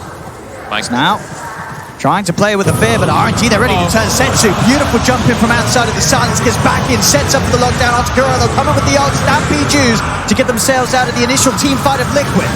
We are back in on the front lines, goes for the avalanche line. I'm able to turn with the burst. Miracle healed up by G8 for Setsu. He's got the grab with the chains onto Mind Control. Liquid are having to back off. Another big slide of fist hits them all as Setsu continues the chase. Arfu's on the front line, but they turn. He's silent. The crippling fear causing issues for Arfu, and now Setsu, he's falling low. The silence will end just in time, allowing Setsu to get back over to the prepared remnant in the way that he's going for the TP. Mind Control nearly finding him to get the vision for that void, but he will get out. Arfu, the only one to fall. His Dark Ascension ended like a second before he actually got into that high ground there to be able to get that slow. Oh my god, that was very close for them getting that cleanup kill. Saw the Crippling Fear really coming into play there, but RNG also, we see they're very tanky, very sustainable. We see as soon as that Stampede gets popped, they can choose to go for which targets they want, and they just have so much frontline that they can just close in onto those targets. They didn't get on top of GH's IO though, so he was able to get a lot of sustain for his team as well. Prospect here onto Arfu. They've got the sleep on both him and Sensu. Sensu's going to try and help out, and Arfu's already dead. Now they're on top of Sensu, and Missile's headed his way. Should be fine, he's got the 3 remnants. With him back behind the tower, he'll get out of there. Liquid with the full 5-man, ready to put some pressure on mid. They're just using that nighttime. They want to keep this pressure going. They have Crippling Fear up in 5 seconds again. Looking for the wraparound. The balls will hit. They know that someone's hidden. They've popped the dust. Sentries down. They have the vision on flyby. Lanham's going to try and help out with the arrow connection onto Mike's job. A miracle. There's the ult coming down. Monet Rage and an escape from him. He cannot stand tall for the fight, but Sensu's going to try and jump in and look for the cleanup. Chains onto both Weeha and Kuro. Kuro drops down the ult to split them up, and Weeha's in with the combo. Sensu's out of mana. Sensu's dead. He overcommits and gets punished heavily by Liquid. You have to be really careful when you commit forward like that. There's so much burst damage. Sure, you have Flame Guard, but you're playing versus Gyrocopter with Tiny with the natural order. We mentioned it during the draft. You do have to be a bit cautious there when you commit forward. And GH, he's getting left alone in the fights. Even though they have ways like Sin was talking on the draft panel, they have a lot of ways of getting on top of the IO. But GH is not getting killed in the fights. He is getting all of his bottle charges off, all of his stick charges off, just keeping the sustain going for Miracle. Yeah. And now Miracle's got next. Yeah. GH 2-1-5. His positioning has been perfect. Every single fight that Liquid have looked for so far. They're protecting him really well too, right? My Control's just kind of charging in. See the skill build from My Control as well. Only the 2 points in Void because, yeah, sure, your damage scales up, the cooldown scales up, but it's really all about that long duration silence and the cooldown. Crippling Fear scales insanely. 8 seconds silence at night with a 15-second cooldown. It's got 50% uptime. It's pretty absurd. So that's definitely going to cause problems as we may see early BKBs get picked up after their first damage items on the side of RNG just to deal with that Crippling Fear. Miracle. Look for the wraparound. Arrow to follow up. They'll jump in, but again, GH in with the tether. Starting to give Miracle the sustain he needs to turn and look to try and fight back. Arfu's the focus. Borrow time. We'll borrow him enough to get over the river, but the ball's slapping into the side of him, slowing him down. Arfu this time will not be able to deny himself. Miracle now dominating as Liquid are coming out on top of these little skirmishes. They're really taking advantage of the nighttime. Onto Setsu. Have they got the damage during this amount of silence and lockdown? The stomp setup is getting Weeha in close. He's in with the combo. Setsu tries to throw out the randoms. Will be able to jump down to the low ground. Arrow holds back. Weeha, but Liquid, they're chasing onward. The homing missiles going the way of Setsu. It's pretty deep behind the tier 2 tower, so RNG will want to try and fight back. The combo's out from Flyby with the back heel. They're back up to pretty much full Liquid. They're diving in towards the tier 3s. Weeha's in with the combo. They've killed off Setsu and Lanham. Setsu buys back. Desperately wanting to turn this around and punish Liquid for their dive as Weeha gets left behind by the rest of the team. Liquid getting everybody else out of there as it seems. Kuro will TP out right underneath the nose of Arfu. Everyone else gets away. And they get 4 bounty runes for Liquid after that. Super aggressive dive forward. There's still a tier 1 and a tier 2 in that top lane, but Liquid don't care. Taking the fight right up to the tier 3. Coming out on top. Sure, they lose Weeha, but it's a buyback forced out from Setsu. His gold is going to get slowed down. They have to prioritize GH higher. Somehow, they have to kill this IO. Like you said, in the fight, and it's looking like RNG might be able to turn it. The mech gets popped. Everyone gets pretty much full healed from it. Level 12 on GH as well as level 13 on Miracle. They're pretty much just sharing that experience as they're surviving throughout all of these fights. This front line, this nighttime is really causing problems for RNG. They need to kick up the pace during the daytime. This is where they need to make some active moves. They've just got to throw everything his way. Yeah, they have to get on GH. They have to. They've got to try and get the wraparound. We saw them try for it in the mid lane.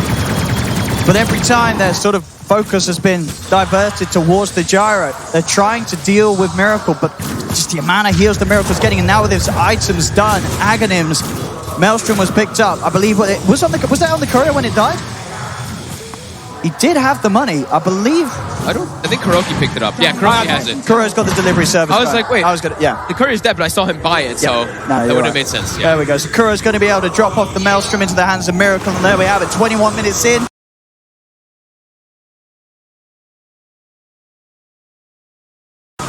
Phase drum, Aghanim, Maelstrom, Gyrocopter. That's a little bit of a terror for RNG. Absolutely. So many distractions in the fight. Mind Control doing an excellent job on this Night Stalker, who is the first Night Stalker of the tournament, right? I'm pretty sure that's what they were saying as well. So they're making it work. These long duration silence are really punishing RNG at the moment. RNG only, like we said, though, only that 1k gold behind, and they're pretty much having the Radiant stun on Monet as well. So he's got a good timing for himself too. But Setsu is starting. I mean, Setsu's not being falling behind too much because he's tied with the Tiny, but he'd want himself to have more fun. He's got those 4 deaths. He keeps getting just comboed and chased down. Oh, it is hard against this Night Stalker. You're running, what, 4 melee heroes?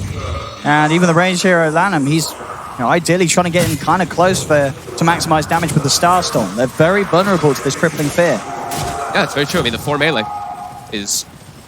That'll be a concern when you're playing versus ET and Night Stalker, right? And also even Call Down. Even though they have the high mobility, if they don't have the Stampede up, they can get caught quite easily by all these spells as Liquid.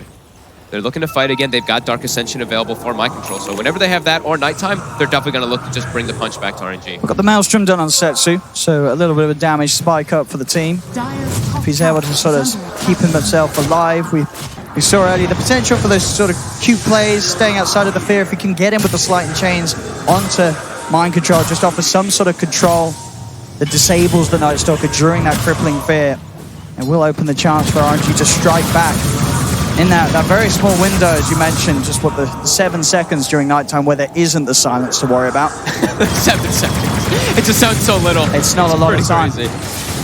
You've got that 7-second window that you have to at least get a kill, as we said. Definitely the priorities being that IO.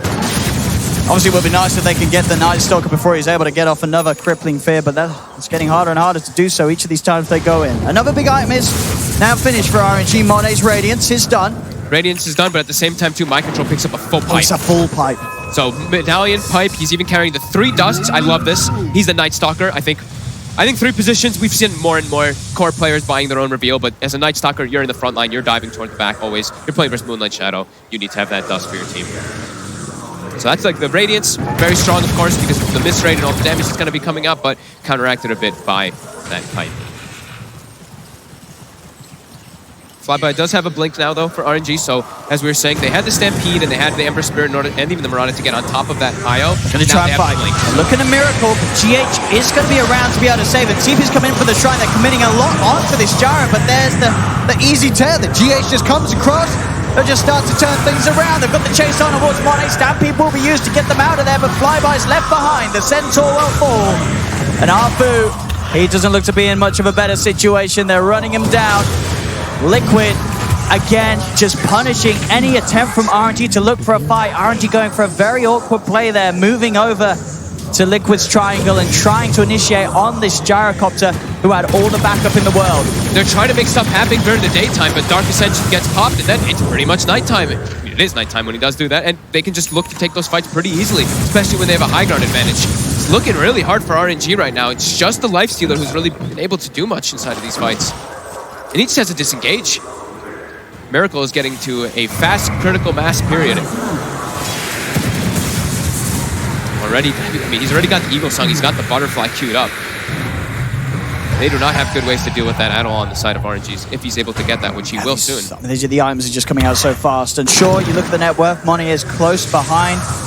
But just what this Gyro is able to do with the backup of GH's IO in comparison to what the Lifestealer is able to do with a similar amount of gold, it's just totally different. It's not even close. Weehan, a bit far up here. Reload kick's coming out, though. Liquid, they want to fight this. Tanky is going to have the pipe buff off it up, and Weehan stepping away. Monet won't be able to finish him off even with the rage committed, and now the turnaround. Miracle goes with the 3-man call-out, throwing the ball, crippling fear out onto Monet. Monet stops to by Kuro.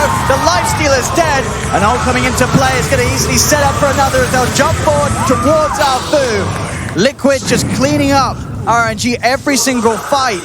As RNG, they just cannot get the kills now at this point in the game. They're really struggling to bring the fights to Liquid. They cannot take the fights versus them at all. There's just way too much coming out from the side of Liquid, just too much tankability on their front line. And then the damage that you see coming out, that ET Spirit just being put on top of all the Gyro's damage is just ripping it RNG to shreds. As you see a little bit of a different talent being picked up by GH. He actually takes the health regen this game instead of the Spirit Hero damage. Oh, just wanted to get that extra heal under Miracle. He's not wanting to be the damage I was going to say, this he believes. This ain't no carry IO. This is GH He's settling into the support role this game. He doesn't want to try and take the game over. Yeah. Any little type of extra health. Even though that one is quite low. It's only 8. But since you're tethered up, it makes it that much better. It's double the benefit. Yeah, Liquid. Even though it's only that 2K advantage, the fights just seem so impossible for RNG. They just can't deal with this Jaro combination. Liquid keeping themselves very safe in any sort of play that they make. How close are we to BKBs? Because that's I think they just absolutely need it on, and it feels like on everybody. I don't want to say that Monet needs it because he's a lifestyle, he has range, but he might need it as well. Just this crippling fear is just so problematic. Miracle though, the arrow caught. I'm gonna toss it back and save him though. He has Aegis anyway, as well as that butterfly, so still super confident walking back up on the high ground.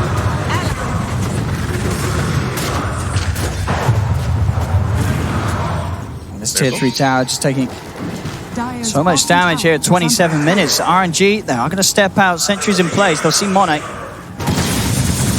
Monet knows. No point in trying to poke in on the gyro. Again, as we stress, just that importance for RNG of being able to find the backlines of Liquid. Relocate back to base just to heal up and pick up his item, it looks like. Yeah, he picks up his Glimmer, gets full bottle, gets all that mana back. And they want to keep themselves parked outside here. They have that Aegis. If they stay here, that means RNG is just trapped in their base and not getting any extra farm. Liquid really wanted to press the issue here and try to get a Rax advantage. The BKB now done for Setsu. He's got to just beeline toward GH. But even with the pipe and with the mech and with the Glimmer Cape, yeah, they need GH is going to feel pretty safe. Yeah, they're going to need ways to find him in the back. They're just going to toss mind control in. They're ready to drive straight into the base. There's the commitment with the BKB. Setsu, he's trying to get on top of GH, but he cannot. The physical damage out from Miracle, it's too high. Setsu has to back out immediately as Miracle just cleans them up. They will get mind control though, but Miracle still holding his ground. They're feeling strong. We are going to get the jump in onto another. Lannon's found out the jump, looking for the backlines. Can they kill him? GH is getting on. Finally get the IO. Now they've got to look to try and clean up more. Miracle turns towards Setsu and buyback comes out from Flyby. Skura goes for the TP out. Change will cancel it. RNG pushing back Liquid. See if they can find any of the big kills. Both Weeha and Miracle would be a bit of a dream for RNG to catch, but looks like they'll both have the speed to get themselves out of there. It does cost them a buyback, but they keep those racks held. They finally get on top of GH. They do. They throw everything down onto the IO and they do the jump. Weeha just runs in, breaks his flame guard, and he's like, haha, now you can't farm as efficient. And then he goes in this and walks away. And they force that buyback on Flyby, just keeping that aggressive stance. We now see finally, I think the Dota Plus has finally ticked into Liquid's favor after all that, as they're able to keep RNG kind of locked in their base for a bit. It was a 61%, as we saw there, for Liquid.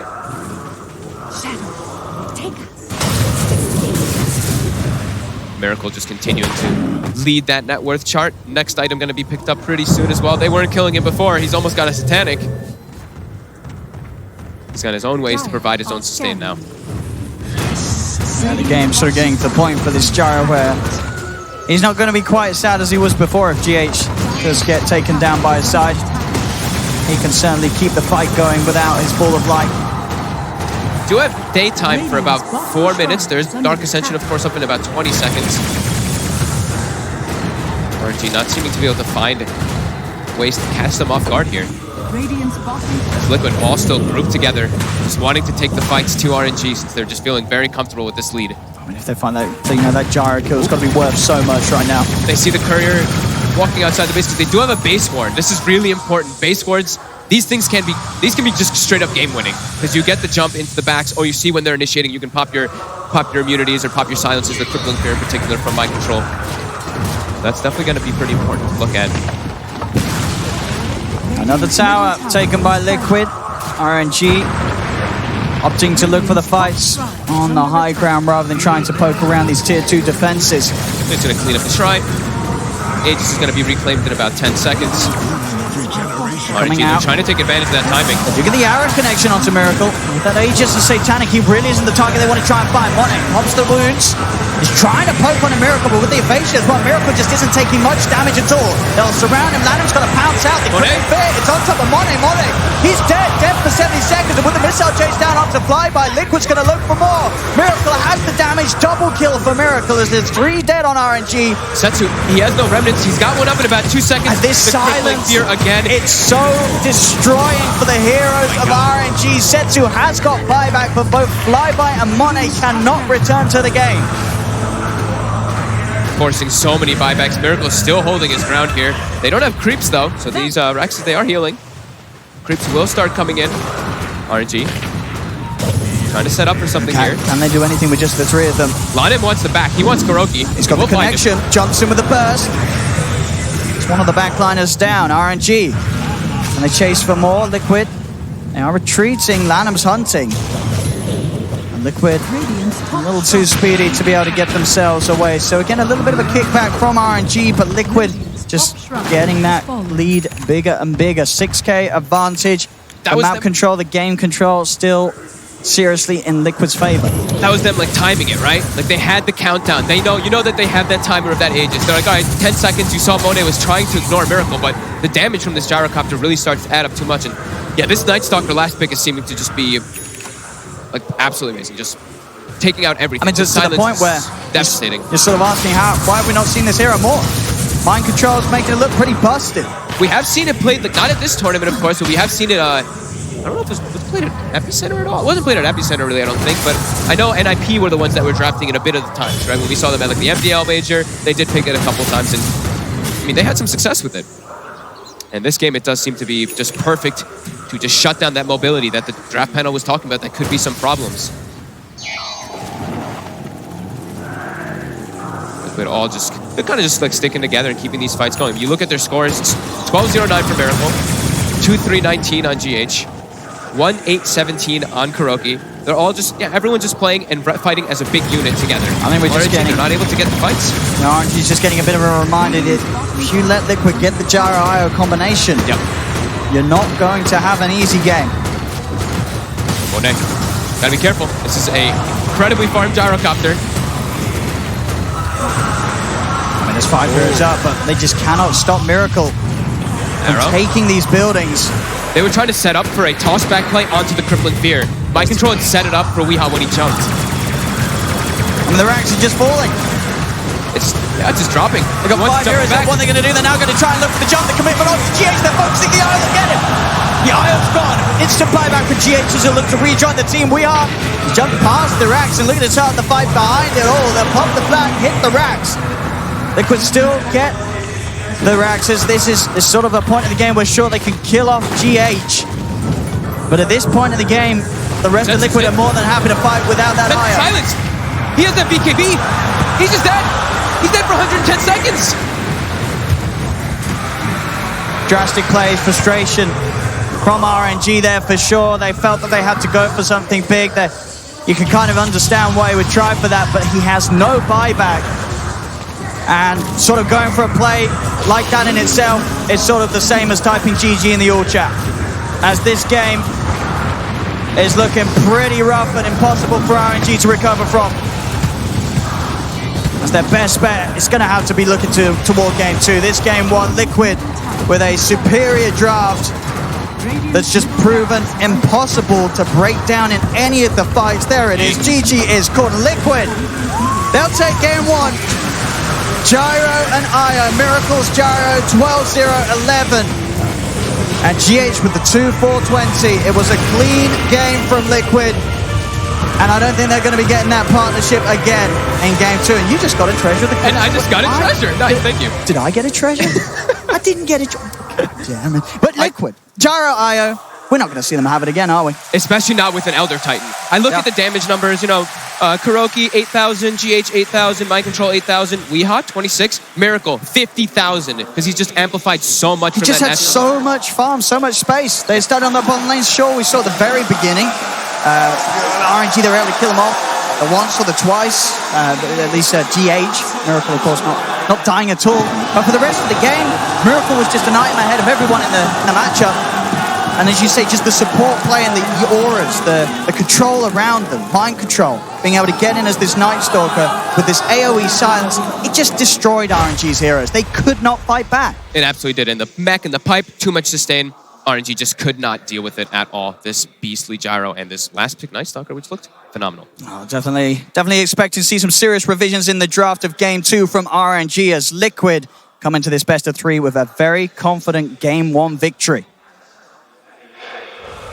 Half the job done, still the other half to complete for Team Liquid, and of course a chance for RNG to reset during the break and come back stronger for game number 2. We're back with the panel once more as we break down game number 1. Gents, we haven't seen any Night Stalker at all.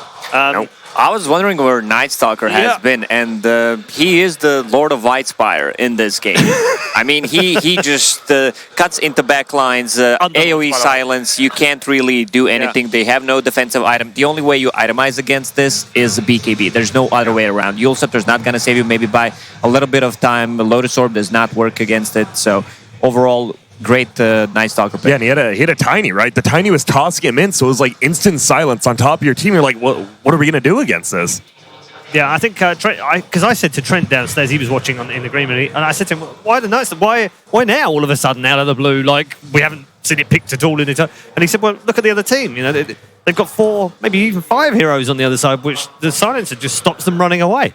They can't get out. They've all got escapes, but they can't use it anymore because he's got the AoE silence. So it was almost a perfect pick. All they had against it was like the Stampede. So if Centaur wasn't calling, you could Stampede away, but then you're just using the Stampede defensively time and time again. And that's kind of what we ended up seeing.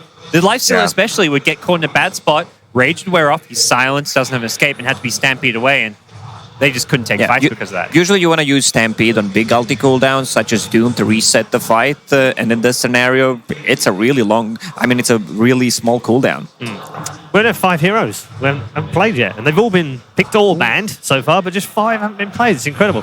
These are the stats from the last game. Just compare Monet and Miracle. 2 fantastic players, world-class players, but both having very different games in game 1. I think you almost need to put GH on the bottom of Miracle's page there as well, because he had quite a lot to do with that. Looming in the background. He was 6 slotted at 33 minutes and 6 slotted at 33 minutes. That's insane. I've not been impressed by Gyro as a carry this tournament. It was picked a lot in the early days and got picked less and less because its win rate started to dip a lot. A lot of these Gyros were going like this: phase, drums, BKB build falling off. That is how you play Gyro. That is how you make Gyro work. You play greedy, you get a lot of farm. You also get involved in a lot of action, and that was the perfect way to fit the Gyro into their lineup. Not coming back for game 2, is it, Grant? One of those 2 gets banned, right? Probably the IO, I would imagine, gets banned out. I assume the IO, because like God's talked about, we've seen a ton of these Gyros either carry or middle that do that build, and they just don't feel as strong. Like, he could just stand there forever because he had the Elder Titan behind him, always stomping when they wanted to go in. It was just a perfect draft from Liquid. And Lacoste, I don't want to say Liquid don't have any other strats, but they've gone to that one in particular quite a few times at this tournament. Oh yeah, when they were in the losers bracket, round 1, they also decided to go for IO and Gyro. And the Elder Titan and the Gyro, they seem so strong. He's dishing out so much magical damage in such a short period of time. But it's Team Liquid. They have other stuff prepared. Gods, I want to talk to you about the start of the game, because we saw some interesting stuff in the jungle. Yeah. It's a bit different. Wait, what's going on here? Do you want to explain it? I mean, there's very specific lane matchups that both teams wanted. So the way you get your lane matchups is you wait to see your opposing team's lanes before you rotate. And that's where the cores are playing in the jungle, waiting to see where the enemy cores are going to go. But then the end result is both teams are doing this. Yeah. So you have Kuro, 5 position, free lane to himself, gets a fast level 3. The supports are loving it. They get to farm. The carries, Centaur and Lifesteal are jungling together. Eventually, it's a game of chicken. It's one of the teams has to kind of go to the lane eventually. And Kuro was probably talking to them on TeamSpeak, guys, stay in the jungle. I'm about to hit level 5. I keep swapping. He used to be a core player. He's like, I remember what this is like. I get to hit creeps, get some gold levels. Sweet. And it felt like RNG actually got the lanes they wanted, because I thought the biggest one was the Night Stalker versus the Lifestealer, and Lifestealer just dominated him in the lane. But, I mean, the laning phase lasted, 3 minutes, starting at 5 minutes in? It just didn't matter. I mean, Night Stalker's laning phase is garbage. He'll never have a good lane. He does nothing. Void does half the damage 20 in the damage. daytime. You can't even last hit a creep with it. And his timings are 15 to 20 minute mark with his ulti using it twice, and this is where they actually just built all the advantage, got the ages, and just snowballed from there. But I don't think RNG were outdrafted at all. No. RNG's draft was fine. I think Setsu especially made some really bad misplays. There was one play in the mid game where he dove in, went for some kills with aggressive fire remnants. He died diving into 4 heroes, and that really set them back. Okay, we're going to get more from all of our panel very shortly. But first of all, let's go and check in with Casey and Slacks. Actually, we'll check in with them kind of, before, because, they've had some tours around Shanghai, right? Maybe? Hello? Hello? Hello? Hello? Hey! Hello? What's going on, panel? Yeah, I was saying You're not supposed to see us like this. You can see me anytime, baby boy. We went out to the field to go have an adventure, Paul. And what are we wearing? You'll see right now. Oh, you can make your own shirt. You can make your own shirt here? Okay. Okay, girls, cut together. I'm gonna take a picture of you and you're gonna be my t-shirt. Can you put, on it, can you put best friends? And can you say friends for life? Okay. And never leave me? Oh, that will be like... That's good. Too much. Okay. I try to get a discount if we get 2, but she said the price is fixed. Let me try. Oh, yeah. Let me go ahead. Step here. Yeah. Step aside. Yeah. 太贵了，便宜点儿。 No. Well, my negotiating skills have failed me. She just needs 25 seconds. Count down from 25. Hey! Hooray! Beautiful. Beautiful. Very nice. All right, so these are our beautiful, beautiful shirts that we made with our new best friends, Dove and Eve, who were so nice to show us around. And what is it that it says, best friends? I think so. You know what? I bet what would get this crowd really hyped up is if they got the shirt. Who wants the shirt? Anybody out there? Yeah! Here! All right, great. Thanks, everybody. Thank you, everyone. Enjoy my shirt. Put it on. Take your shirt off. Put it on. It went down there. Great. Well, I got a good arm. That's why I play video games. Thanks, everybody. Bye. Jake, man. Crying out loud. What are you doing? Stop throwing stuff at the crowd. You'll get into trouble. He's throwing shirts. He's throwing me. I know, right? Yeah, what is happening? Are you okay, by the way, Casey? Are you feeling better? It was a rough... Did he rescue you? Yeah, we're gonna figure this out. I'm gonna sue him later. I would. Would you really? Okay. Yeah, and take half of his wages, by the way, because he was quite prepared to take yours. It's at a unreachable spot. I threw it under the stage, so no one's getting the shirt. Sorry. You too. Good man. Unbelievable. Good All man. right. Oh, I'm not high-fiving you. I was going to shove you over. They're in their own little world down there, having fun, as we are on the panel. We hope you are as well, wherever you're tuned in from around the world. Welcome to day number 4, if you're just tuning in to the International 2019. We're in series number 1. Team Liquid, as maybe you might tune in and go, I expected them to win that. This is not as clear-cut, ladies and gentlemen. And 3 men on our panel are going to tell you why. RNG could definitely come back into this, Grant. This isn't a done deal right now. They're a good team. No, they definitely are, and you could see from their draft, right? I talked about Fly by ABBA. They first pick it. I'm like, oh, he's going to get it. They move it over to Afu, who had some amazing denies early game. Like, he could have given up 3 or 4 kills, kept an eye himself. Individually skilled, they're there. I mean, Setsu, he solo killed Weehaw middle even, but once the team fights come together, you need some team fight heroes, and they really didn't have that many. Yeah, network-wise, they were not far behind until the 15-minute mark. This is when everything fell apart from them. The Night Stalker kicked in.